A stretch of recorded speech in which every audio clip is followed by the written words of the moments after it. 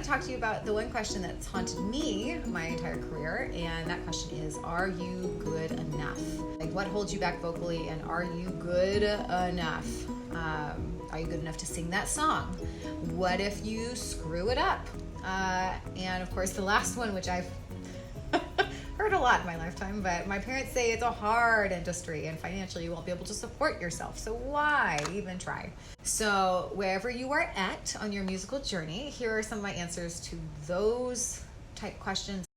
So the first one on the are you good enough? Are you good enough to sing that song? And self-sabotage. I think we're all familiar with self-sabotage, at least I am. We are often afraid of taking action. Afraid because we have to change, afraid because we have fear of judgment or failure or fear of success. And yes, you heard that right, it is fear of success. It is often easier to stay in the discomfort of staying stuck than to actually take a risk. And the sneaky thing is that we're sometimes not even aware of being afraid. We just unknowingly sabotage ourselves without noticing. So as far as singing a song, and I'm not talking about the mechanics, like range of the song or the level of talent you are currently at. This question usually comes right before and then right after an audition or a performance. The answer is simple. The simple answer that I have is start with what you have and don't focus on what you don't have. So start with what you have, not with what you don't have. And when you set your goal, when you decide to audition for a competition, or you decide to audition for a show, or you decide to do whatever your goal is, you may not be able to, for instance, hit a certain note under pressure, or you may not be the best performer at this particular moment in your life. Choose songs that help you where you're at. Choose pieces that help you where you're at, and while working on songs that will take you where you want to be. Don't think that you have nothing just because you don't have one thing or another thing that you've heard someone else do or seen someone else do.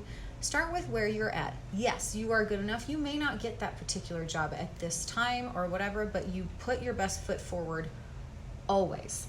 And don't compare. Don't play that game. I've done that way too many times. Don't play the comparison game, because you always lose when you play the comparison game. No one is just like you. No one can do what you do. You are unique, and that's the glorious thing. That's why we can celebrate everybody in the industry for their different strengths and their whatever, because we have our own journey. And this is a game of golf. This is not a game. This is not any other game. It's a game like about yourself. It is about you doing your best at whatever stage you are. So are you good enough to sing that song? Yes, there's many ways to sing a song well. So the next question, what if you screw it up? What if the worst happens and you screw it up?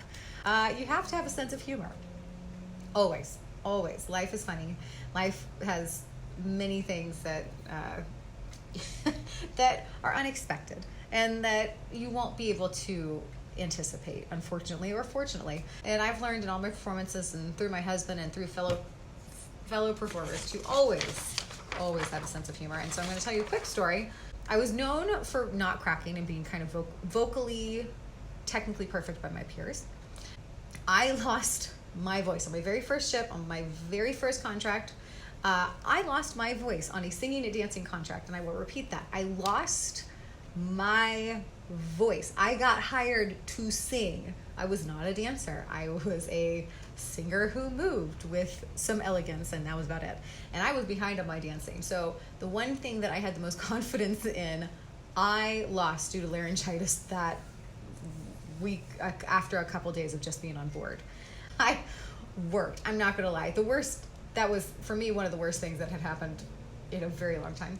And I broke everything down. I went back to basics. I went back to fundamentals of singing. I practiced, I worked, and I worked really hard. And I was really hard on myself, I'm not gonna lie. So by the third ship, I was seeing the same group of people, and I was kind of in redemption mode. I'd seen the same group of people that were on the first contract I was on, and I was like, I'm showing off. I'm showing them that I could do it, proving to everyone my quality, my personal quality, which is something you should never really attach to any performance because there's always someone better. But anyway, I was in redemption mode and I did it. So yay. I impressed the people that I wanted to impress, so good. I had created my own show. I was fulfilling some goals that I was really excited about and a tad prideful about. Now, I had witnessed some of my other peers and professionals struggle with their own voices and for various reasons, and they had such a great sense of humor. And I always admired that because they don't teach you that during opera training, during my 4 years at USC. I was not taught about a sense of humor for singing. Pretty much in opera, if you don't do something or you do something wrong, like you are ridiculed and people laugh at you and you're put down quite quickly. And there's reasons for that because obviously it is the highest tier of singing, but also it's not helpful. And I always thought that was such a amazing skill that my peers had, and they laughed off their mistakes and continued on, like as we should do. And it didn't matter how big or small their mistakes were or whatever, and the very few mistakes that they had. And we were in the middle of a show called Born to Dance, a show about dance and dancers, and with some awesome Broadway highlights. And we were singing the end of the song, which was All That Jazz, and I was belting a high C. Or not a high, excuse me, I was belting a C, not a high C. Oh goodness, that'd be ridiculous. That'd be amazing, but ridiculous. But for the first time, and I'm gonna say first time in my life, ever, and I'm 33, I cracked. And not a like small, like, oh, it was like a little hiccup, like, oh, a delicate crack. It was the largest crack ever. And it lasted, I think, 16 bars, 16 counts, not 16 bars, so that'd be awful. 16 counts, because that's how long we had to hold the note, because it was like, all that jazz, and I cracked on jazz, and it lasted the entire time. Oh, and it was in front of everybody. I don't even know how my the other singer on stage held it together, but she did. But everybody laughed. My cast died laughing. Mainly the singers. I don't think my dancers really noticed it that much. The singers absolutely did, and that was the first time I laughed too, and it never happened again.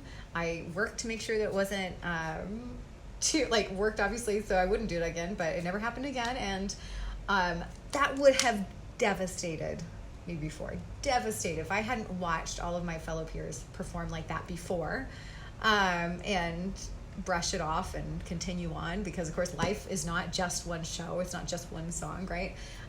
It would have devastated me, and I because I was able to laugh, it became a great lifelong lesson to have a sense of humor and really enjoy the process. And it's a funny story, it really is. And now I get to relate to some of my students who crack sometimes, and it's really, please have a sense of humor. It's really funny. And the last and final thing, my parents say it's a hard industry and financially you won't be able to support yourself, so why should I even try?